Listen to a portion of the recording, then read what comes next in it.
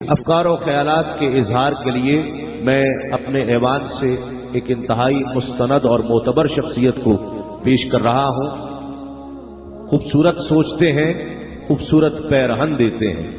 الفاظ کا خوبصورت استعمال ان کی خوبصورت سوچ کی غمازی کرتے ہوئے سماعتوں سے ہوتا ہوا قلوب میں اترتا ہے۔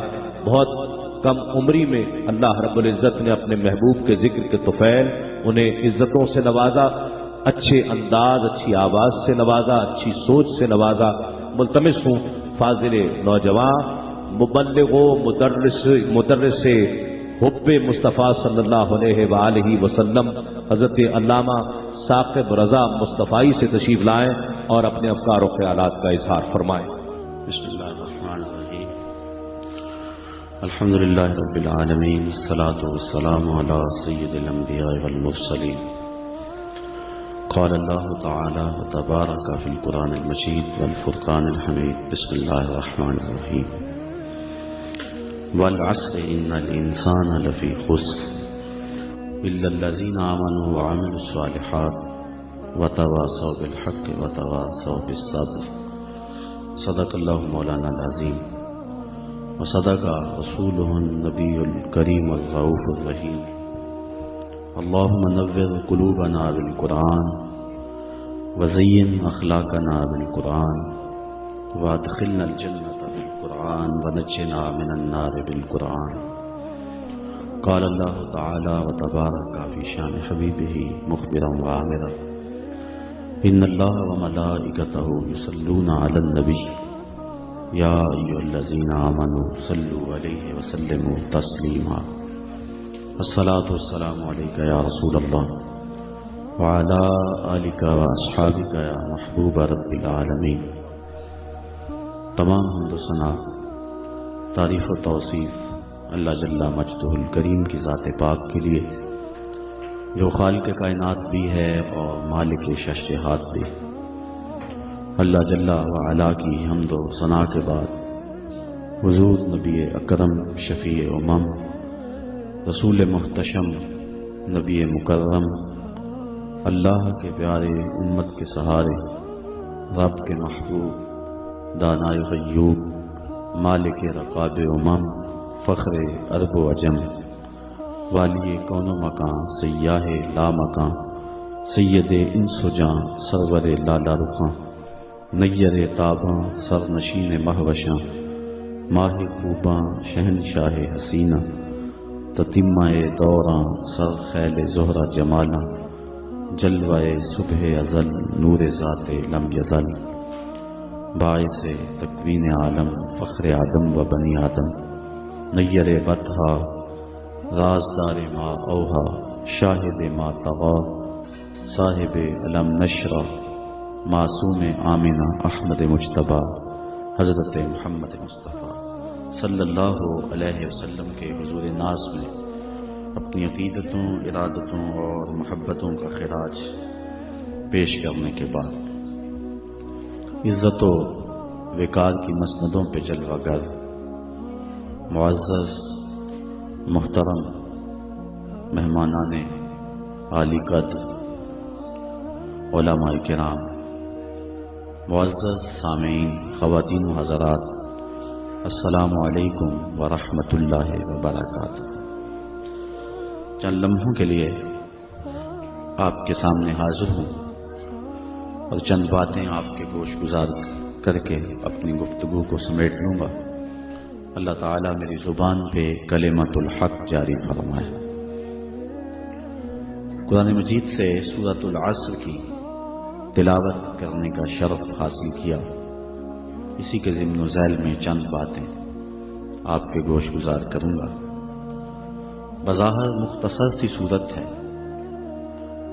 لیکن اپنے دامن میں وہ معنوی حسن رکھتی ہے کہ حضرت امام شافعی علیہ رحمہ فرماتے ہیں، لو تدبر الناس علی ہذہ السورہ لواسعتہم، اگر لوگ قرآن مجید کی اسی ایک صورت پہ تدبر کر لیں تو یہ صورت ہی ان کے دین و دنیا کے لیے کافی ہو۔ امام طبرانی نے عبید بن حفص سے روایت کی ہے کہ مکی زندگی میں جب بھی دو صحابی آپس میں ملاقات کرتے تو جدا ہونے سے قبل سورۃ العصر کی تلاوت ضرور کیا کرتے تھے۔ اس سورت کا آغاز ایک قسم سے ہو رہا ہے، اور قسم ہے عصر کی، والعصر، قسم ہے عصر کی۔ امام راضی جیسے شخص نے عصر کے 4 معنی بیان فرمائے۔ عصر سے مراد مطلق زمانہ اے الدہر، قسم ہے زمانے کی، انسان خسارے میں ہے۔ دوسرا معنی، عصر سے مراد وقت عصر ہے،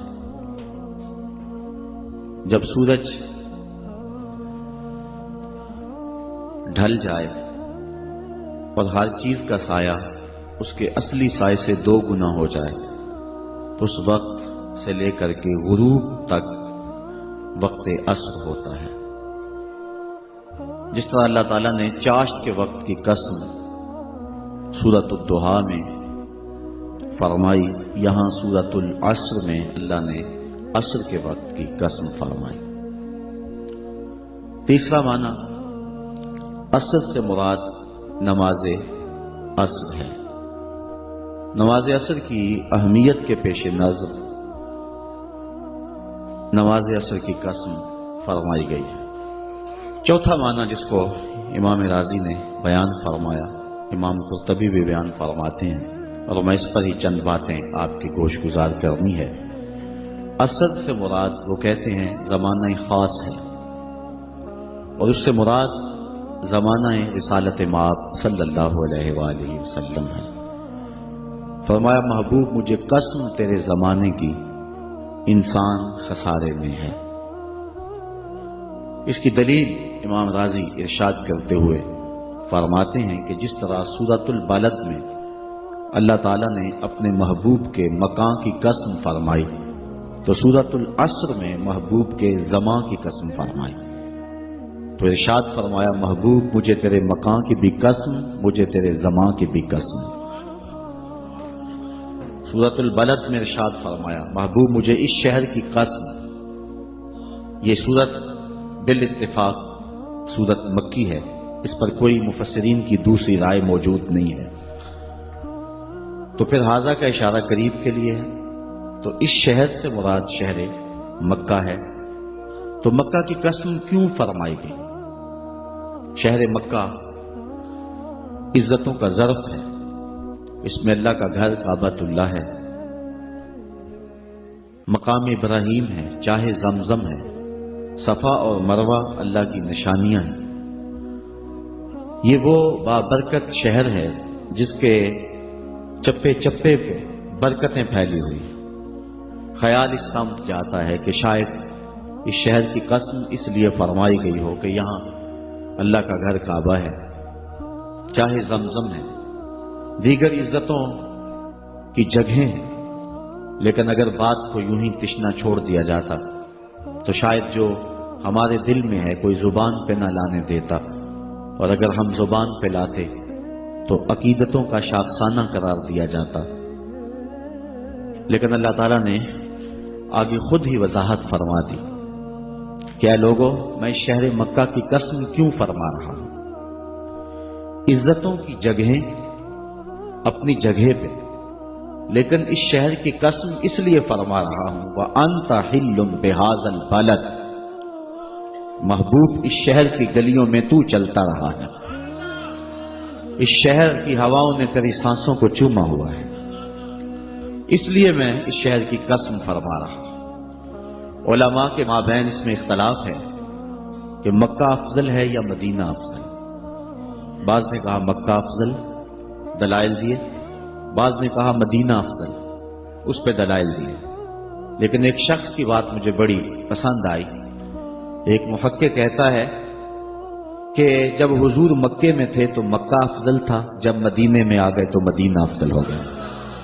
یہ سارا مجد و شرف حضور کے دم سے ہے. جہاں جہاں وہ گزرتے گئے شرف پھیلتا گیا. اور اگر میں نشور وادی کا لہجہ ادھار لے لوں تو اس نے کہا تھا کہ چند لمحوں کے لیے ٹھہرے تھے تم جس پیڑ کے نیچے، سنا ہے آج تک اس پیڑ کا سایہ مہکتا ہے. اور ظہوری کا انداز سادہ ہے لیکن ہے 2 قدم آگے. وہ کہتا ہے مکے کی ہواؤں میں، طیبہ کی فضاؤں میں ہم نے تو جدھر دیکھا سرکار نظر آئے. یا رسول اللہ. تو جہاں جہاں سے وہ گزرتے گئے وہاں شرف پیدا ہوتا گیا. وہ کہتا جب حضور مکے میں تھے تو مکہ افضل تھا، اور جب مدینے میں آ گئے تو مدینہ افضل ہو گیا. تو اللہ تعالیٰ نے اس آیت کریمہ کے اندر اپنے محبوب کے شہر مکہ کی قسم فرمائی اور اس کی وجہ بھی ارشاد کی کہ محبوب مکے میں تم رہتے ہو، تمہارا گھر ہے، تمہارے بسیرے ہیں، اس لیے مجھے شہر کی قسم. تو امام راضی فرماتے ہیں جس طرح سورۃ البلد میں اللہ نے اپنے محبوب کے مکان کی قسم فرمائی، یہاں سورۃ العصر میں اللہ نے اپنے محبوب کے زمان کی قسم فرمائی. محبوب مجھے تیرے مکان کی بھی قسم، مجھے تیرے زمان کی بھی قسم.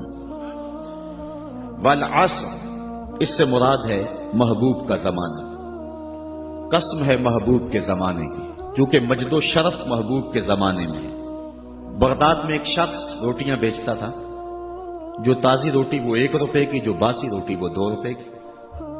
کسی نے اس کو روک کر کے پوچھا کہ کیا ماجرا ہے، باسی روٹی تو 8 آنے کی ہونی چاہیے اور تم اس کو 2 روپے کی بیچ رہے. اس نے کہا کوئی لیتا ہے یا نہیں، میرا ریٹ یہی ہے. کہا بتا تو صحیح کہ باسی روٹی قیمتی زیادہ کیسے ہے؟ تو اس نے کہا کہ یہ جو باسی روٹی ہے اس کو تازہ روٹی کی نسبت 1 دن حضور کے زمانے سے قربت زیادہ ہے. حضور کی قربت کی وجہ سے اس کا وزن ہے اور اس کی قیمت ہے. تو کائنات میں جس کو بھی عزت ملی اور جس کے پاس بھی کوئی شرف ہے وہ حضور کے دم سے ہے. ہم نے قطرہ دیکھا نہ کبھی دریا پہ غور کیا، بس جہاں تیری جھلک نظر آئی وہیں ڈوب گئے. تو اس نسبت کے دم سے بہار ہے اور کائنات کا سارا حسن حضور کے قدموں میں ہے. تو کہا محبوب مجھے قسم تیرے زمانے کی، انسان خسارے میں ہے. اب انسان تو خسارہ ماننے کو تیار نہیں ہے. وہ کہتا میں تو خسارے میں نہیں ہوں، میں تو ہواؤں کے دوش پہ اڑتا ہوں، میں تو کائنات کو نخچیر بنایا ہوا ہے، زمانہ میرا باج گزار ہے، ستاروں پہ کمندے میں ڈال چکا ہوں، میں اپنی زندگی کو آسائشوں سے بھر لیا ہوا ہے. کہاں وہ گھاس پھوس کے جھونپڑے اور کہاں عالی نصب کوٹھیاں، کہاں کھانے کے لیے نان شبینہ بھی میسر نہیں تھا، اور کہاں اتنے کھانے کہ انتخاب مشکل ہو جاتا ہے، کہاں پیوند لگے ہوئے کپڑے اور کہاں اتنے لباس ہیں کہ بدلنے کی باری نہیں آتی ہے. تو میں تو خسارے میں نہیں ہوں، میں تو ہواؤں کے دوش پہ اڑتا ہوں، میں تو سمندر کی تہوں میں اتر جاتا ہوں، میں تو پوری دنیا کو گلوبل ولیج بنا لیا ہوا ہے، میں تو کائنات کا سارا حسن کشید کر لیا ہے، میں تو خسارے میں نہیں ہوں. اللہ کہتا ہے محبوب مجھے قسم تیرے زمانے کی یہ خسارے میں ہے. یہ خسارہ ماننے کو تیار نہیں، اور اللہ کہتا ہے محبوب مجھے تیرے زمانے کی قسم یہ خسارے میں. تو امام راضی فرماتے ہیں، آپ فرماتے ہیں جو خسارہ ہے یہ انسانیت کا ہے. اگر یہ ہواؤں کے دوش پہ اڑتا ہے تو یہ انسان کا کمال نہیں ہے، یہ تو چڑیا بھی اڑتی ہے، یہ تو مکھی بھی اڑتی ہے. اگر یہ پانی میں تیرتا ہے تو یہ تو مچھلی بھی تیرتی ہے. اگر اس نے آسائشیں اور سہولتیں اپنے لیے تلاش کر لی ہیں تو وہ تو دوسری مخلوقات کو بھی حاصل ہے. تو انسان کا خسارہ ہے، انسان کا. یہ جو عروج جس کی یہ کہانی سنا رہے یہ حیوانیت کا عروج ہے، اس کی انسانیت کہاں گئی؟ ہواؤں کے دوش پہ تو اڑتا ہے لیکن من کی دنیا سے تو نا آشنا ہے. یہ ستاروں پہ کمندے تو ڈال رہا ہے، ہم سائے کی تو خبر نہیں سے کو. یہ دنیا کے اوپر بڑا باخبر شخص ہے لیکن اسے جو ہے وہ اپنے من کی خبر بھی نہیں ہے. ہمارا نرم رو قاصد پیام زندگی لایا، خبر دیتی تھی جن کو بجلیاں وہ بے خبر نکلے. یہ تو من سے نا آشنا ہے، کہاں گئی اس کی انسانیت؟ یہ ہواؤں میں اڑتا ہے، اگر چاند کی چھاتی پہ قدم رکھ چکا ہے وہاں سے خاک لا کے دکھاتا پھرتا ہے کہ یہ میں نے جو چاند سے خاک جو ہے وہ اکٹھی کی تھی اور یہ دیکھو میں تمہارے سامنے رکھ رہا ہوں. تو زمین پہ پہلے تھوڑا بوجھ تھا کہ اور خاک لے آیا. انسانیت کو اس کا کیا فائدہ ہوا؟ یہ انسانیت کا عروج نہیں ہے. انسان تو خسارے میں ہے، انسانیت تو ڈوب رہی ہے. گھر کی آگ بجھی تو کچھ سامان بچا تھا جلنے سے، سو وہ بھی ان کے ہاتھ لگا جو آگ بجھانے آئے تھے. اس کی انسانیت کہاں گئی؟ یہ بھائی ہو کے بھائی کا گلا نہیں کاٹ رہا. کہاں گئی اس کی انسانیت؟ کہا محبوب مجھے قسم ہے تیرے زمانے کی، یہ خسارے میں ہے. اور قسم محبوب کے زمانے کی اس لیے فرمائی کہ محبوب کے زمانے میں انسان عروج پہ تھا، انسان نقطہ کمال پہ تھا. اس دور کا انسان دیکھنا ہو تو ابو بکر و عمر کو دیکھو. تو کہا محبوب مجھے قسم تیرے زمانے کی یہ انسان خسارے میں. اگرچہ یہ ہواؤں کے دوش پہ اڑتا ہے لیکن اس کی انسانیت لٹ چکی ہے. اور اگر اس نے انسان دیکھنا ہے تو محبوب آئے تیرے دور میں. یہ تو بھائی بھائی کا گلا کاٹ رہے، خون سفید ہو گیا. ایکسیڈنٹ میں جو بچ جاتے ہیں وہ مرنے والوں کی جھڑیاں اتارتے ہیں. اس کی تو حالت انسانی جو ہے وہ برباد ہو چکی ہے. لیکن حسن دیکھنا ہے انسانیت کا تو آئے تیرے دور میں. جب ایک شخص زخموں سے چور تڑپ رہا ہے اور کہتا ہے آج ہائے مجھے پیاس لگی، ایک بندہ کہیں سے پانی کا پیالہ لیے اس کی پیاس بجھانے کے لیے آگے بڑھتا ہے اور اس کو پانی دیتا ہے اور وہ بھی ہونٹوں تک لے آتا ہے کہ دوسری طرف سے آواز آتی ہے آج. تو یہ پیالہ اسی وقت پیچھے کر دیتا ہے اور کہتا ہے میرے بھائی کو شاید زیادہ پیاس لگی ہے، پہلے اسے دے دو مجھے بعد میں دینا. اور یہ جب اس کے پاس جاتا ہے اور وہ پانی پینے لگتا ہے تو تیسری جگہ سے آواز آتی ہے. یہ اسے پانی دیتا ہے تو چوتھی جگہ سے آواز آتی ہے.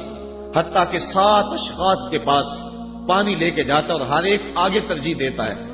اور جب وہ 7ویں شخص کے پاس پہنچتا ہے تو پہلے کے کراہنے کی آواز بڑھ جاتی ہے. یہ کہتا ہے پیچھے بھاگ، پہلے اسے پانی دے.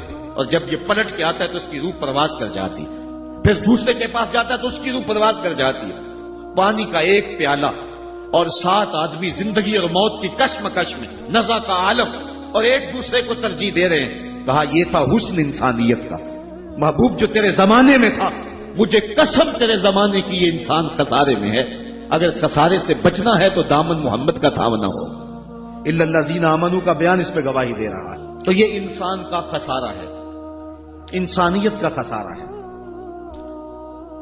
شیخ زادہ نے بیضاوی کے حاشیے میں ایک اور خسارے کا پہلو بیان کیا حضرت علی المرتضیٰ رضی اللہ تعالی عنہ سے. آپ فرماتے ہیں خسارہ یہ ہے، یہ انسان کی جو سانسیں ہیں، ہم لمحہ لمحہ سمجھتے ہیں کہ ہم بڑے ہو رہے ہیں لیکن ہم موت کے قریب ہو رہے ہیں. یہ سانسیں موت کی طرف بڑھنے والے قدم ہیں. تو یہ ہے انسان کا خسارہ جو اپنی سانسوں کے ذریعے کر رہا ہے. امام راضی لکھتے ہیں کہ ایک شخص پھٹے پہ رکھ کے برف بیچ رہا تھا اور ایک بزرگ کہتے ہیں کہ مجھے ان الانسان لفی خسر کا ترجمہ سمجھ میں نہیں آتا. جب اللہ کرم نوازی فرمانے لگے تو پھر ہدایت کے سامان اس کے لیے بنتے چلے جاتے ہیں. اور جب کسی کی بہتری کا اللہ ارادہ نہ کرے تو اسے قرآن سے بھی ہدایت نہیں ملتی. تو وہ کہتے ہیں میں گیا بازار میں، سمرقند کا بازار تھا، وہاں ایک آدمی پھٹے پہ رکھ کے برف بیچ رہا تھا اور آواز کیا لگا رہا تھا، توجہ چاہوں گا. کہہ رہا تھا ارحموا من یذوب راس مالہ، اور میرے پہ رحم کرو، مجھ سے برف لے لو. اگر تم نے برف خریدنے میں دیر کر دی تو میں کمائی کیا کرنی ہے، جو میں نے پیسے لگائے ہیں وہ بھی میرے لٹ جائیں گے، میرا راس المال بھی برباد ہو جائے گا. کیونکہ برف ایسا سودا ہے کہ اگر گاہک وقت پہ نہ پہنچے تو نقصان ہو جاتا ہے. کوئی اور چیز ہے آج نہیں بکی تو کل بیچ لیں گے، کل نہیں تو پرسوں بیچ لیں گے، لیکن برف کا اگر گاہک وقت پہ نہ آیا تو کمائی کیا کرنی ہے، راس المال بھی لٹ جائے گا. تو وہ جانے والوں کو کہہ رہا تھا ارحموا من یذوب راس مالہ، اور میرے پہ رحم کرو، مجھ سے برف لے لو.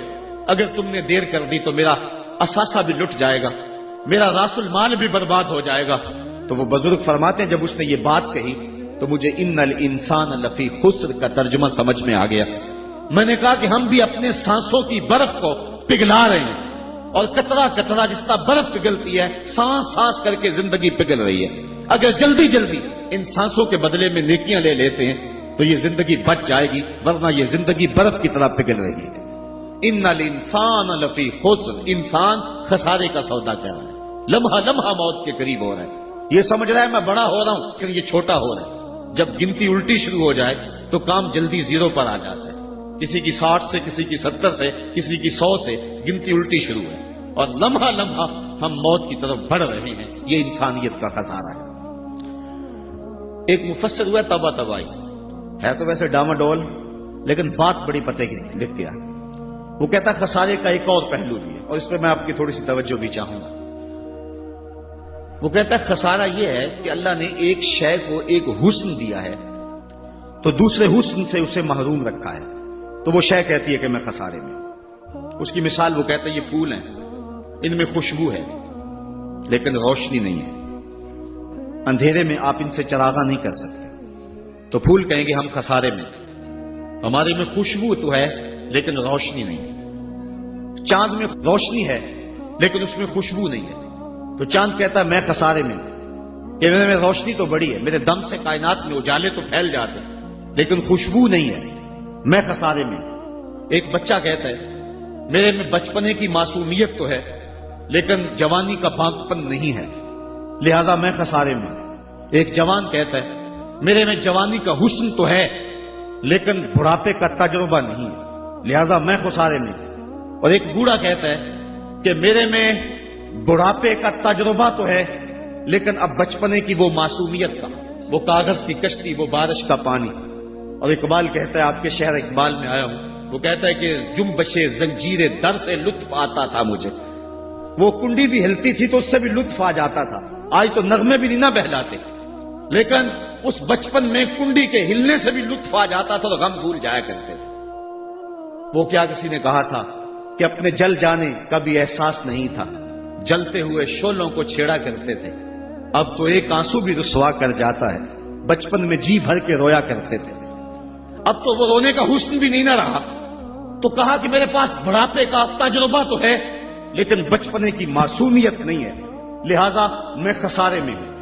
ایک شخص زندہ دار کہتا ہے کہ میرے پاس سحری کے آنسو تو ہیں لیکن علم کا بانکپن نہیں ہے. اور ایک عالم کہتا ہے کہ میرے پاس علم کے کمال تو ہیں لیکن تہجد کے سجدے نہیں ہیں، لہذا میں خسارے میں ہوں. بلبل کہتی ہے میرے لہجے میں تو حسن ہے لیکن میرے بازوؤں میں طاقت نہیں ہے، لہذا میں خسارے میں ہوں. شیر کہتا میرے بازوؤں میں تو طاقت ہے لیکن میرے پر نہیں ہے کہ میں اڑ سکوں، لہذا میں خسارے میں ہوں. کوئل کہتی ہے میرے لہجے میں تو جادو ہے لیکن رنگ میرا کالا ہے، لہذا میں خسارے میں ہوں. مور کہتا ہے میرے پروں میں تو حسن ہے لیکن میرے پاؤں بدصورت ہیں، لہذا میں خسارے میں ہوں. تو وہ کہتا ہے کہ کائنات کی ہر شے کسی نہ کسی طرح خسارے میں ہے. لیکن پھر کہتا ہے اگر تمہیں شوق ہو کہ ایک ذات ایسی بھی دیکھے جس میں خسارہ نہ ہو تو آؤ مدینے کی گلی میں آ جاؤ. حسن کی ساری شوخیاں، جمال کے سارے کریمے اور حسن کا سارا بانکپن اگر ایک ذات میں دیکھنے کا شوق آ جائے، حسن یوسف دم عیسیٰ ید بیضا داری ہما دارند آنچ خوباں تو تنہا داری. کائنات حسن جب پھیلی تو لامحدود تھی اور جب سمٹی تو تیرا نام بن کے رہ گیا. اگر یہ شوق ہو کہ کائنات کے سارے حسن ایک پیکر میں دیکھیں تو کہا اس کے لیے میں نے ایک محمد ہی بنا دیا. سارے حسن ایک پیکر میں آپ کو ملیں گے، سارے کمال اور سارے جمال اور سارے عروج اور ساری عزتیں اور سارے مراتب آپ کو ایک ذات میں جمع ملیں گے. اور محمد ہوتا ہی وہ ہے جو مجمع کمالات ہو. تو کہا کہ یہ ہے ایک خسارے کا پہلو اور کائنات میں ایک ہی شخص ہے جو خسارے سے بچا ہوا ہے. اب جو اس ذات سے وابستہ ہوگا وہ بھی خسارے سے بچ جائے گا. الا الذین آمنوا، جس کے ہاتھ میں یہ دامن ہو وہ خسارے سے بچ جائے گا، ورنہ خسارے سے کوئی بچ نہیں سکتا. نہ دولت بچا سکتی ہے، نہ اقتدار کی بچھی ہوئی مسندیں خسارے سے بچا سکتی ہیں، نہ کوئی اور انسان کو دنیاوی کمال خسارے سے بچا سکتا ہے. اگر خسارے سے بچنا ہے تو ہاتھوں میں دامن مصطفیٰ لینا ہوگا. وہ کبھی آپ نے دیکھا ہوگا، اب تو وہ دور بدل گیا ہے، وہ چکی ہوتی تھی جس میں وہ گندم پیستے ہیں مختلف چیزیں، تو اس کے دو پتھر ہوتے ہیں، ایک نیچے والا ساکن، اوپر والا متحرک. تو درمیان میں اس کے ایک کلی ہوتی ہے جس کے ارد گرد اس کو گھماتے ہیں. تو وہ جو دانے ہیں وہ درمیان خالی جگہ میں ڈالتے ہیں، اس کو گالا کہتے ہیں، اس میں ڈالتے ہیں. اور پھر اس چکی کو گھماتے ہیں تو جو دانے اس مرکز سے اس کلی سے ہٹ جاتے ہیں وہ پس جاتے ہیں، اور جو اس کلی سے لگ کے رہتے ہیں وہ بچ جاتے ہیں۔ کہا محبوب مجھے قسم تیرے زمانے کی، انسان خسارے میں ہے الا الذین آمنوا، بچے گا وہ جو تیرے دامن سے لپٹ جائے گا۔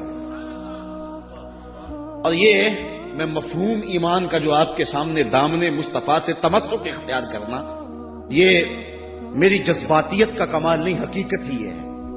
علامہ سعد الدین تفتازانی علیہ رحمہ شرح قائد میں لکھتے ہیں کہ ایمان ہے کیا؟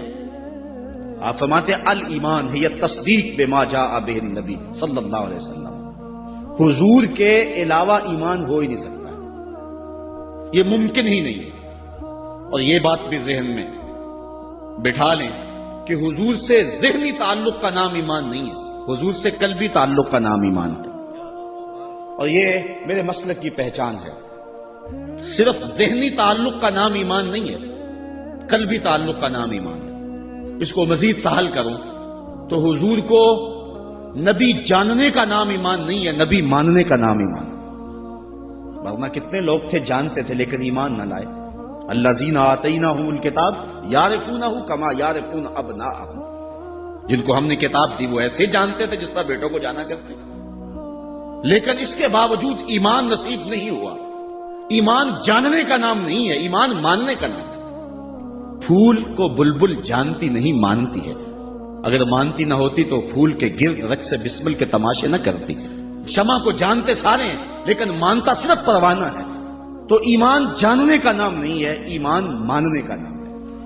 اور جہاں تک جاننا بمانا ادراک ہے تو وہ تو آج تک میرے رسول کو کوئی جان ہی نہ سکا۔ سب سے زیادہ قربت تو حضرت سیدنا صدیق اکبر رضی اللہ تعالی عنہ کو حاصل تھی، ان کو بھی کہہ دیا یا ابا بکر لم یعرفنی حقیقتا غیر ربی، سفر و حضر میں میرے ساتھ رہے، سن لو میری حقیقت کو میرے رب کے علاوہ کوئی بھی نہیں جانتا۔ بلکہ ایک مقام پہ فرمایا لی مع اللہ وقت لا یسعنی فیہ نبی مرسل ولا ملک مقرب، میرا اور میرے رب کا معاملہ ایسا ہے کہ درمیان میں نہ کوئی نبی آ سکتا ہے، نہ کوئی رسول اور پیغمبر آ سکتا ہے، اور نہ کوئی فرشتہ مقرب درمیان میں آ سکتا ہے۔ تو جہاں تک تعلق ہے حضور کو جاننے کا بمانا ادراک، تو آج تک حضور کو اللہ کے علاوہ کوئی جان ہی نہیں سکا ہے۔ مولوی کا تو دماغ خراب ہو گیا کہ وہ مسجد میں ترازو رکھ کے بیٹھ گیا اور نبی کو تولنے لگا۔ میں تو کہا کرتا ہوں ڈٹھے ورق قرآن دے پھول سارے، تیری شان جیا نہیں کوئی ہور ڈٹھا، تیری شان دا کرے مقابلہ جیڑا انہوں عاشقاں اصلی چور ڈٹھا، کوئی نور آکھے کوئی بشر آکھے، پیندا رات دنے ایہو شور ڈٹھا، اللہ والیاں گل مکا دیتی تساں ہور ڈٹھا ساں ہور ڈٹھا۔ تم نے پتہ نہیں کس کو دیکھا جو سکی بیٹی کو بھی نہیں بخشوا سکتا۔ لاہور قصر نور میں ایک شخص آپ بھی سارے جانتے ہیں، میرا نام لینے کا مزاج نہیں ہے، ٹیلی ویژن پہ بھی وہ چیختا ہے، تو وہ کہنے لگا کہ نبی تو سکی بیٹی کو بھی نہیں بخشوا سکتا۔ تو میں نے بعد میں اٹھ کے کہا، میں نے کہا لوگوں آج تو لوگ اسے ووٹ نہیں دیتے جو تھانے سے نہ چھڑا سکے، سنبھلتا نہیں جن سے اپنا دوپٹہ سنبھالیں گے کیا وہ کلیجہ کسی کا، جو تھانے سے نہ چھڑا سکے لوگ اسے ووٹ نہیں دیتے، اور جو اپنی بیٹی کو بھی نہ بخشوا سکے پھر کلمہ پڑھنے کا فائدہ کیا؟ جو افراد خانہ کی بگڑی بھی نہیں بنا سکتا، جو سکی بیٹی کو بھی نہیں بخشوا سکتا۔ میں نے کہا میاں تم اس کی بات کرتے ہو جو سکی بیٹی کو بخشوا نہیں سکتا، ہم تو اس کے قصیدے پڑھتے ہیں جس نے کہا فاطمہ تو جنتی عورتوں کی سردار ہے۔ تم اس کی بات کرتے ہو جس کے چاہنے سے کچھ نہیں ہوتا، ہم تو اس کی بات کرتے ہیں جس کی انگلی اٹھے اور چاند کے ٹکڑے ہو جائیں، اور سڑیاں کھجوراں اگا جان دائے، اور پتھراں نو کلمے پڑھا جان دائے، قطرے کو سمندر ذرے کو ستارہ کرتے ہیں، کونین کو خم آ جاتا ہے جب زلف سنوارا کرتے۔ ہم تو اس نبی کو ماننے اور جاننے والے ہیں۔ می وریا کستوریاں دا جدو یار نچوڑیاں زلفاں، می وریا کستوریاں دا جدو یار نچوڑیاں زلفاں، تے قبلہ دے بنیا سائم جدے یار نے موڑیاں زلفاں۔ وہ تو رخ پھیر دے تو خدا قبلے نہیں بدل دیتا۔ لوگ کہتے ہیں چاہنے سے کچھ نہیں ہوتا، میں کہتا ہوں ساری دنیا ہی مصطفیٰ کی چاہت پہ ہے۔ قبیلہ بنو سلیم کی مسجد ہے، 4 رکعتی نماز ہے، 2 رکعت پڑھی جا چکی ہے، 2 رکعت ابھی باقی ہے۔ خاطر آخر میں بات آئی کہیں قبلہ بدل جائے تو کیا خوب ہے، تو فوراً جبریل آ کر کہا محبوب پھر دیر کاہے کی ہے، ابھی رخ پھیر لو۔ اب جن لوگوں نے مسجد قبلتین دیکھی ہے کہ پہلا قبلہ بالکل شمال میں اور موجودہ قبلہ بالکل جنوب میں، اور صحابہ تو ذہنی طور پہ اس کے لیے تیار ہی نہیں ہے، تو بتا دیا جاتا کہ اگلی نماز ہم ادھر پڑھیں گے۔ یہ نماز کا وقت بدلنا ہو نا تو ایک دن پہلے بتانا پڑتا ہے، کل سے نماز ظہر 2:15 بجے پڑھیں گے۔ اگر اسی دن ایسا کر لیں تو لوگ کہیں گے کہ یہ امام تو سلیقہ ہی نہیں رکھتا ہے، ہم تو آئے 2 بجے کے حساب سے اور 2:15 تک بیٹھے رہیں۔ تو نماز کا وقت بدلنا ہو تو ایک دن پہلے بتانا ہوتا ہے، اور یہاں تو قبلہ بدلنا تھا، ایک نماز ہی پہلے بتا دیا جاتا، لیکن کہا محبوب ابھی رخ پھیر لو، یا اللہ تیری نماز تو پوری ہو لے۔ کہا میری نماز بعد میں پوری ہوگی، پہلے تیری مرضی پوری ہوگی، پہلے تیری مرضی پوری ہوگی۔ می وریا کستوریاں دا یہ تو یار نچوڑیاں زلفاں، قبلہ عہدے بنیا سائم جدے یار نے موڑیاں زلفاں۔ وہ تو رخ بدل دے خدا قبلے بدل دیتا، ہم اس نبی کی بات کرتے ہیں۔ تو بات کر رہا تھا کہ ایمان جاننے کا نام نہیں ہے، ایمان ماننے کا نام ہے۔ یہ تصدیق بما جاء بہ النبی صلی اللہ علیہ وآلہ وسلم۔ ایمان کے بعد اب یہ بات بھی ذہن نشین کریں کہ اس دنیا پہ سب سے بڑی دولت مجھے اور آپ کو جو عطا کی گئی ہے وہ دولت ایمان ہے، سب سے بڑی دولت۔ اگر ایمان نہیں سب کچھ مل گیا، کچھ بھی نہیں ہے، اور اگر کوئی چیز پاس نہیں ہے لیکن ایمان کی دولت موجود ہے تو یہ سب سے بڑا حسن اور سب سے بڑی بہار۔ اقبال کہتا ہے کہ اقبال یہ کس کے عشق کا فیض عام ہے، رومی فنا ہوا حبشی کو دوام ہے۔ یہ وہ دولت تھی جس کے دم سے اجالے ہوئے دنیا پر سب سے بڑی دولت جو حضرت انسان کو دی گئی ہے وہ دولت ایمان ہے، اور قیامت کے دن سب سے بڑی دولت جو حضرت انسان کو دی جائے گی وہ دیدار الہی ہوگا۔ تو یہ سب سے بڑی دولت، اور یہ محض اللہ کی کرم نوازی سے نصیب ہوتی ہے۔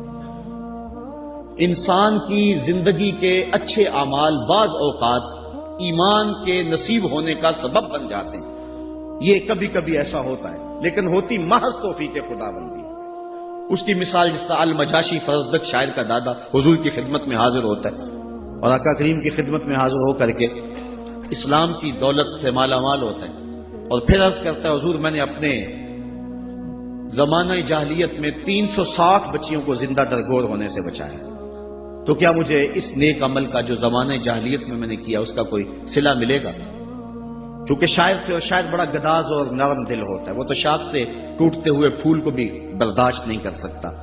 وہ کیا کہا تھا اقبال نے، دل نہیں شاعر کا ہے کیفیتوں کی رست خیز، کیا خبر تم کو درون سینہ کیا رکھتا ہوں میں، سچ اگر پوچھے تو افلا سے تخیل ہے وفا، دل میں ہر لہجہ نیا محشر بپا رکھتا ہوں میں، در غمے دیگر بسوز و دیگر آرا ہم بسوز، گفتبت روشن حدیث گر توانی دار ہوش، کہہ گئے ہیں شاعری جزویز تز پیغمبری، ہاں سنا دے پڑھ کے ان کو پیغام سروش۔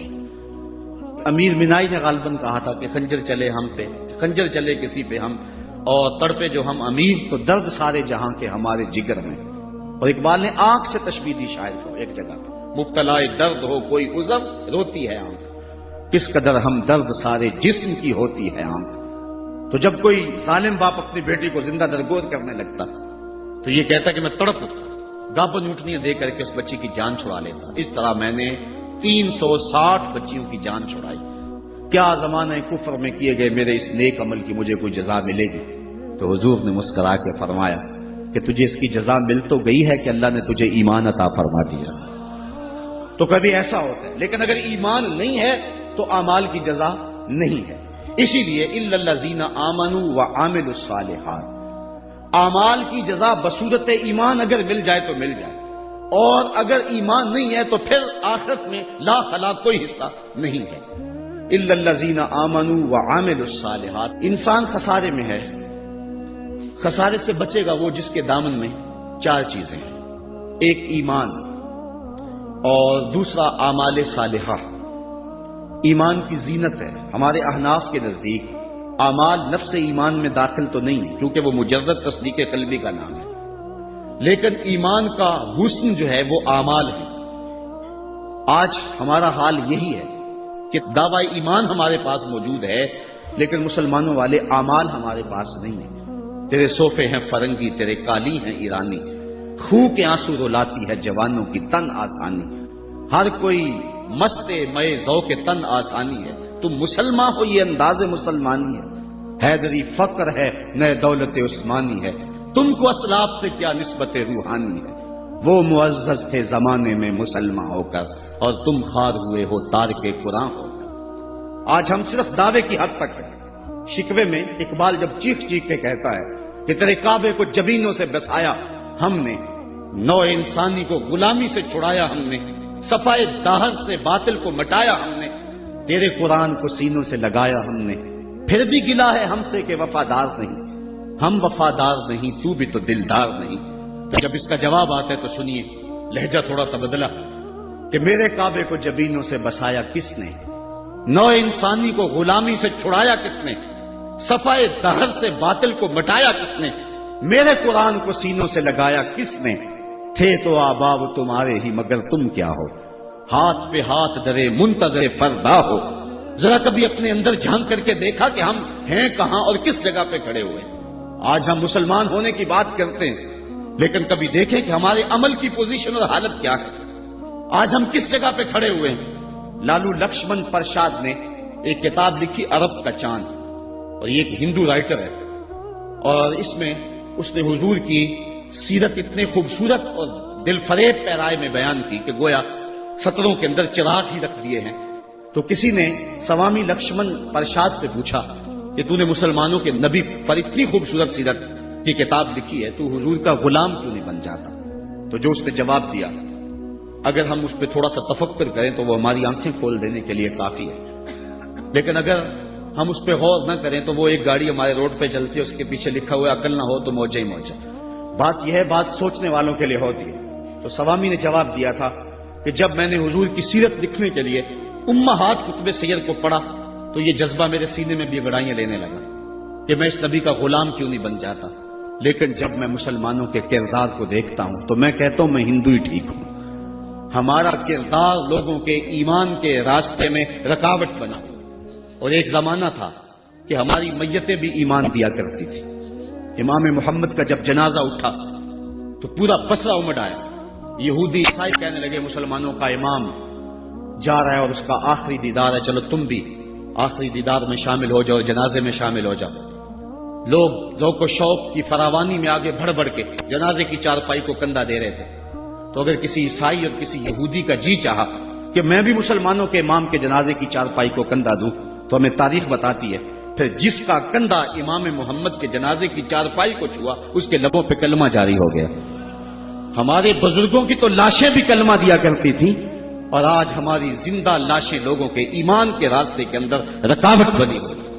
ہم کبھی غور کریں، رو رہی ہے آج ایک ٹوٹی ہوئی مینا اسے، کل تلک گردش میں جس ساکی کے پیمانے رہے، خیر تو ساکی سہی لیکن پلائے گا کسے، اب نہ میں کش رہے باقی نہ میں خانے رہے۔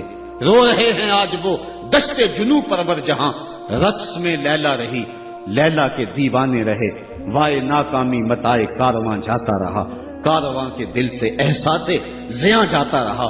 جن انگاروں پہ اس وقت میں اور امت مسلمہ اور آپ کھڑے ہیں، کون اس سے بے خبر نہیں ہے؟ کابل میں کون لٹ رہا ہے؟ کندھار میں کس کی گردنیں کاٹی جا رہی ہیں؟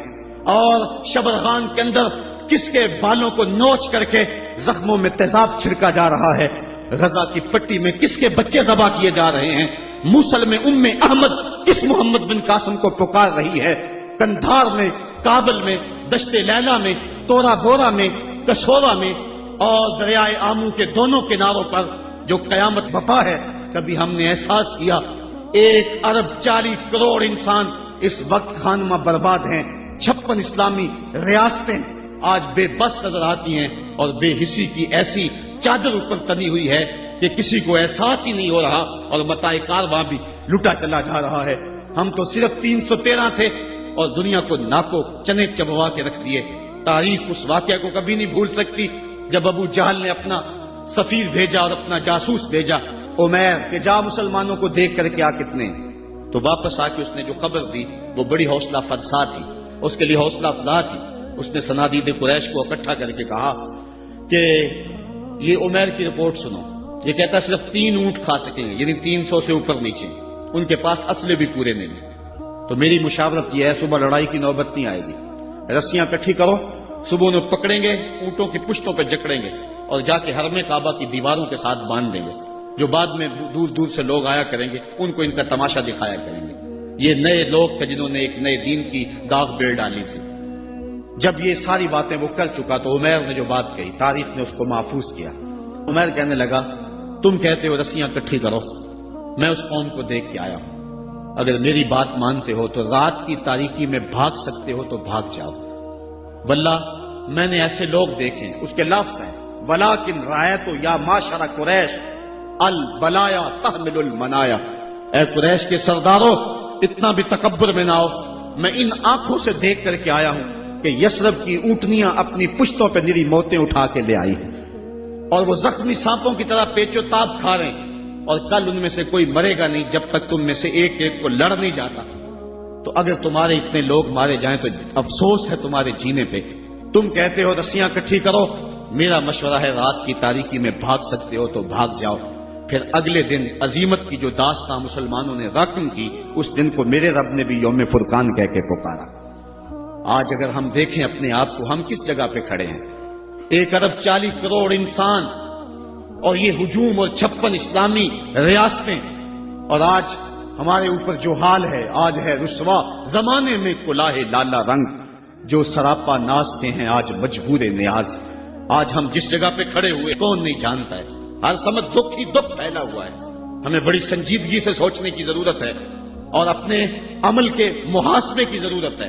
یہ پچھلے دن گجرانوالہ میں بھی سڑکوں پہ لوگ نکل آئے تو میں بھی لوگوں میں شامل تھا, اور کون شخص ہے کہ جس کو امریکہ کے ساتھ ہمدردی ہوگی اور بش کے لیے دل میں کوئی نرم گوشہ ہوگا؟ وہ بدبخت شخص جس کی آستین کے ایک تار سے مسلمانوں کا لہو ٹپکتا ہے. تو میں نے لوگوں کو جو جوش و غضب میں نعرے لگا رہے تھے, ایک بات میں نے کہی تھی, میں نے کہا تھا آج تم امریکہ سے ٹکرانے کی بات تو کر رہے ہو, لیکن کبھی اپنے آپ کو جھانک کر کے دیکھا تمہاری مسجدوں کی لیٹرینوں کے جو لوٹے ہیں وہ بھی تو زنجیروں سے بندھے ہوئے ہیں. یہ تمہاری اخلاقی گراوٹ کی کہانی ہے. اگر باہر کوئی واٹر کولر نصب کر دیتا ہے تو اس کے اوپر جو گلاس رکھتا ہے وہ بھی زنجیروں سے باندھ کر کے رکھنے پڑتے ہیں. یہ ہے ہماری حالت, اور ٹکر لیتے ہم امریکہ سے. ہم کبھی اپنے پاؤں کو بھی تو دیکھیں, اپنی صورت کو بھی تو دیکھیں, اپنے کردار کو بھی تو دیکھیں کہ ہم کس جگہ پہ کھڑے ہوئے ہیں. ایک اچھا مسلمان تو بننے کی بڑی دور کی بات ہے, ہم ابھی تک تو ایک قوم نہیں بن سکے ہیں. ہم نے غور کرنا ہے. الا الذین آمنوا وعملوا الصالحات. اسلام ہم سے عمل مانگتا ہے, صرف زبانی دعووں سے کچھ نہیں ہوگا. عمل سے ہم نے اس دعوے پہ دلیل فراہم کرنی ہے. وتواصوا بالحق وتواصوا بالصبر. حق اور صبر کی وصیت. بات لمبی ہو رہی ہے اس لیے میں اپنی بات کو مختصر کرتا ہوں. یہ وصیت کا جو تکرار ہے اس میں بھی مفسرین فرماتے ایک حسن ہے تاکہ مومن کبھی بھی وصیت کے عمل کو کبھی نہ چھوڑے. امام قرطبی نے حق پر جو ہیں وہ 3 قول بیان فرمائے ہیں. ایک قول یہ ہے کہ حق سے مراد قرآن ہے, اور میں اس میں 2 باتیں آپ کے پیش کر کے اجازت چاہوں گا. اس دور میں بلکہ ہر دور میں قرآن کے دامن کو تھامنا ہی جو ہے وہ نجات کی ضمانت ہے. امام ترمذی نے حضرت علی المرتضیٰ سے حدیث جو ہے وہ تخریج کی ہے کہ حضور قرب قیامت کے تذکروں سے لوگوں کو آگاہ کر رہے تھے. تو عرض کی حضور پھر اس دور میں بچنے کی صورت کیا؟ تو بے ساختہ فرمایا اللہ کی کتاب قرآن مجید, جو اس کتاب سے جڑ جائے گا بچ جائے گا, اور جو اس کتاب سے پہلو تہی کرتا رہا اللہ اسے گمراہ کر دے گا. یہ وہ پاکیزہ کتاب ہے جو روشنیوں کا منبع ہے. قرآن مجید کے 5 حق ہیں, اس پہ الگ بحث کی جا سکتی ہے, لیکن میں ایک بات آپ کے سامنے رکھنا چاہتا ہوں بڑے درد دل کے ساتھ کہ کیا ہم نے قرآن مجید کے حقوق کو پہچانا؟ آج ہم قرآن مجید کے ساتھ جو اس کتاب ہدایت کا تقاضا تھا کیا ہم نے پورا کیا؟ یہ بات درست ہے کہ گھر میں قرآن ہوگا تو برکتیں اتریں گی, اس بات کا بھی کوئی انکار نہیں کرتا. مکان بنایا, فیکٹری بنائی ہے, دکان بنائی ہے, تو بچوں کو بلا کے قرآن مجید کی تلاوت کروا لیں, برکت ہوگی. میں اس کا انکار بھی نہیں کرتا کہ مرنے والے کی روح کو اصالے ثواب کریں گے تو اس کی قبر میں نور اترے گا. یہ بات بھی درست ہے کہ قرآن کے نور کے مقابلے میں کوئی ناری مخلوق نہیں ٹھہر سکتی. اس کے الفاظ کا دم کریں تو شفا نصیب ہوگی. لیکن مجھے بتاؤ کیا قرآن مجید کے نزول کا مقصد یہ تھا آپ کے شہر اقبال میں ہوں، اور اقبال سے پوچھ لیتے ہیں، بڑی خوبصورت بات کر گیا، ببندے صوفی و ملا اسیری حیات از حکمت قرآن گیری بآیاتش ترا کار جزی نیز کیا یاسین او آساں بمیری۔ وہ کہتا تو جاہل صوفی اور کاہل ملا کے ایسے پھندے میں پھنسا کہ تو نے قرآن سے زندگی تلاش نہیں کی، قرآن کی آیتوں سے تجھے صرف اتنا ہی کام رہ گیا کہ جب تیرے بوڑھے کی روح اٹک گئی تو سورہ یاسین لے کے بیٹھ گیا تاکہ اس کی روح آسانی سے نکلے۔ اقبال کہتے اس میں کوئی شک نہیں ہے کہ اس کی روح آسانی سے نکل جائے گی، لیکن مجھے تو افسوس تیرے پہ یہ ہے کہ تو نے قرآن سے بھی مرنا ہی سیکھا۔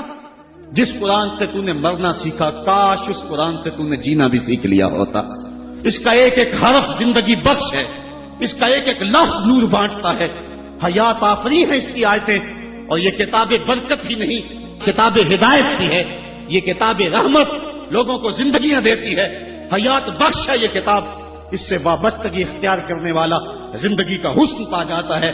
لیکن تو نے اس قرآن سے بھی مرنا ہی سیکھا، اور تو نے اس کو بس اسی مقصد کے لیے قرآن کو پڑھا، کاش اس قرآن سے تو نے جینا بھی سیکھ لیا ہوتا اور زندگی کا حسن اس سے کشید کر لیا ہوتا۔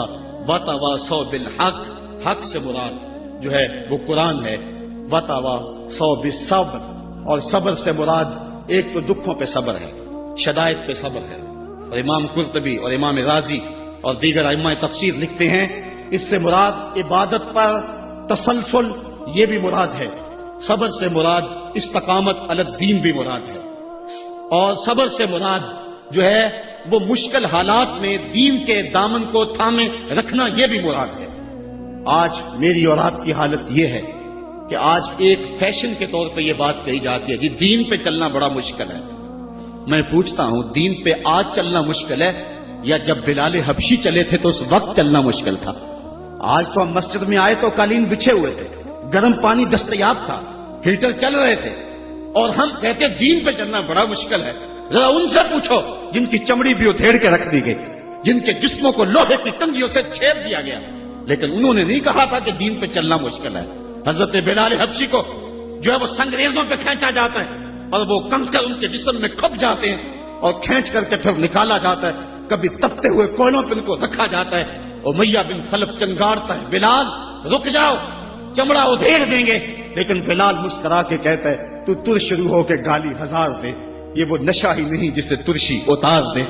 اور بدنامی سے بڑھتا ہے محبت کا جنون، نشہ اتنا ہی تیز ہوتا ہے جتنی ہوا لگتی ہے، تو جو کرنا ہے کر۔ بلکہ بلال حبشی کو تپتی ہوئی ریت پہ لٹایا اور سینے پہ رکھا پتھر، اور بلال مسکرا رہے، اور کوئی شخص پاس سے گزرا، کہا بلال مسکرا رہے ہو اور یہ تمہارے اوپر اتنا ظلم اور جبر کر رہے ہیں؟ تو بلال حبشی نے جو جواب دیا، کہا تم بازار میں جاتے ہو نا مٹی کا برتن خریدنے، تو اس کو بھی ٹھونک بجا کے دیکھتے ہو کہ اس کی آواز تو ٹھیک ہے کہیں کچا تو نہیں ہے، کہا تم تو برتن بھی خریدتے ہو تو ٹھونک بجا کے دیکھتے ہو، میرا رب بلال کی خریداری کر رہا ہے، وہ ٹھونک بجا کے دیکھ رہا ہے کہ کہیں بلال کچا تو نہیں ہے۔ میں کہتا ہوں مالک خرید لے بلال کو، خرید لے بلال کو، یہ کچا نہیں ہے، تیری راہ میں جان بھی مارنی پڑی تو قربان کر دے گا۔ آج شور ہم نے ڈالا ہوا ہے، بڑا مشکل ہے دین کے اوپر چلنا۔ ذرا اس کی کہانی بھی پڑھو، ذرا اس کی زندگی بھی دیکھو کہ جس کی دونوں ٹانگوں کو دونوں اونٹوں کے ساتھ باندھ دیا گیا اور کہا پھر جا اپنے نظریے سے، ورنہ ابھی جب اونٹوں کو ہانکیں گے تیرا جسم چر جائے گا اور دو حصوں میں تقسیم ہو جائے گا۔ اس نے کہا کر لو جو کرنا ہے، اور جب اونٹوں کو ہانکا لگایا گیا، ہمیں تاریخ بتاتی ہے کہ جب اس کا جسم چرنے لگا اور سرخ سرخ قطرے گرنے لگے تو ہماری عقل تو یہی کہتی ہے کہ اس نے چیخوں سے آسمان کو سر پہ اٹھا لیا ہوگا، لیکن ہمیں تاریخ نے بتایا جب تک زباں بولتی رہی اس کے لبوں پہ یہی تھا، فزت برب الکعبہ، فزت برب الکعبہ، کعبے کے رب کی قسم میں زندگی کی بازی جیت گیا ہوں۔ آج شور ہم کر رہے ہیں، یار ہم سے تو وہ عورت اچھی، ابھی دور کی بات نہیں ہے، اقبال نے نظم کیا وہ ایران کی طاہرہ نامی عورت، جس کو ایک کنویں کے کنارے کھڑا کیا، اس کے سامنے اژدہا ڈالے اس کنویں کے اندر اور بچھو ڈالے اس کنویں کے اندر، کہا پھر جا اپنے نظریے سے ورنہ اس میں پھینک دیں گے تجھے۔ اس نے کہا مجھے ایک رات کی مہلت دے دو، کہا جا دی، رات گزر گئی، پھر وہاں لے جایا گیا، کنویں کے کنارے کھڑا کیا گیا، وہ کنواں جس میں اس کے سامنے بڑے بڑے سانپ اور اژدہا ڈالے تھے، کہا پھر جا اپنے نظریے سے ورنہ تجھے دھکا دے دیں گے اور یہ سانپ تیری بوٹیاں نوچ لیں گے۔ اس نے کہا پھینک دو، کہا تو نے رات سوچا نہیں ہے؟ کہا میں نے سوچنے کے لیے رات تو نہیں مانگی تھی، میں نے رب کی عبادت کے لیے مانگی تھی، میں نے تو استقامت طلب کرنے کے لیے مانگی تھی، رب سے یہ عرض کرنے کے لیے رات مانگی تھی مالک عورت ذات ہوں، اور میرے سامنے اتنے سانپ اور اتنے بچھو پھینکے گئے، اور جب میں ڈالی گئی نا اس کنویں میں تو وہ میری بوٹیاں توڑیں گے، مجھے ڈنگ ماریں گے، کہیں ایسا نہ ہو کہ میری چیخوں کی آواز غیر محرم سنیں اور پھر وہ تمسخر اڑائیں اس پہ، اور محمد عربی کی امت کی ایک باندی پر وہ تمسخر اڑائیں اور کہے اڑائیں۔ میرے مالک مجھے صبر دے دے، مجھے حوصلہ دے دے، اور میں نے رب سے یہ حوصلہ مانگ لیا ہے، اب پھینک دو تم میری چیخ نہیں سنو گے۔ ہم میں سے تو وہ عورت اچھی تھی، اور آج ہم جو ہے وہ کہتے ہیں بڑا چلنا مشکل ہے دین پہ، ان کی چمڑیاں بھی ادھیڑ دی گئی۔ حضرت خباب بن ارت کے ساتھ کیا نہ ہوا، حضرت سمیہ کے ساتھ کیا نہ ہوا، حضرت زنیرہ کے ساتھ کیا نہ ہوا۔ پڑھیں تاریخ، عظیمتوں پہ مشتمل تمہاری تاریخ ہے، اور آج ہم کس جگہ پہ کھڑے ہیں، اور آج ہم دین کے لیے تھوڑی سی تکلیف بھی برداشت نہیں کرتے، بلکہ ہماری بے غیرتی کا حال تو یہ ہے کہ بیرون ملک جانے کے لیے لوگ اپنے آپ کو مرزائی نہیں لکھ رہے۔ مرزائی ختم نبوت کا باغی ہے، مرزائی گستاخ رسول ہے، ایک منٹ کے سینکڑویں سیکنڈ کے مطابق بھی جو ہے وہ اپنے آپ کو گستاخ رسول کو کہلوانا کیسے مومن گوارا کر سکتا ہے؟ آج کتنے لوگ ہیں جو مرزائی لکھ کے بیرون ملک چند ٹکوں کے لیے جو ہے وہ اپنا دین بیچ رہے ہیں۔ کہاں وہ لوگ اور کہاں یہ زمانہ؟ وتوا سو بالصبر، دکھ آئے گھر میں چولہا نہ جلے کوئی بات نہیں ہے، ہمارے نبی کی یہ سنت بھی ہے، ایک ایک مہینہ گھر میں کبھی چولہا حضور کے نہیں جلا کرتا تھا۔ امام منذری نے لکھا ہے کہ حضور جب آئے نا حضرت سیدنا سلمان فارسی کے گھر کے اندر، انہوں نے ایک دن حضور کو گزرتے ہوئے دیکھا، دعوت کی، تو جب حضور کے سامنے کھانا رکھا گیا تو آنکھیں اشکبار ہو گئی، اور پھر ایک روٹی لی اور چند بوٹیاں ایک خادم کے ہاتھ میں دیتے ہوئے کہا جاؤ ہمارے گھر دے آؤ، میری بیٹی فاطمہ کتنے دنوں سے بھوکی بیٹھی ہے، مال کے کونین ہیں گو پاس کچھ رکھتے نہیں، دو جہاں کی نعمتیں ہیں ان کے خالی ہاتھ میں۔ صاحبو میرا لہجہ تھوڑا سا آج بے ترتیب ہو گیا ہے، لیکن آج میں اور آپ دیکھیں کہ ہم کس جگہ پہ کھڑے ہیں۔ وتوا سو بالصبر، حق اور صبر کی وصیت، اس کو کبھی بھی نہ چھوڑیں۔ حضرت عمر فاروق رضی اللہ تعالیٰ عنہ کی جب سانس ٹوٹ رہی تھی، ایک انصاری آپ کا حال پوچھنے آیا، اور اس کی شلوار ٹخنوں سے نیچے لٹک رہی تھی۔ اس نے کہا حضرت آپ کا کیا حال ہے؟ کہا اللہ کا شکر ہے میرا حال تو ٹھیک ہے، جوان تیرا حال ٹھیک نہیں ہے۔ اس نے کہا حضرت کیا ہوا؟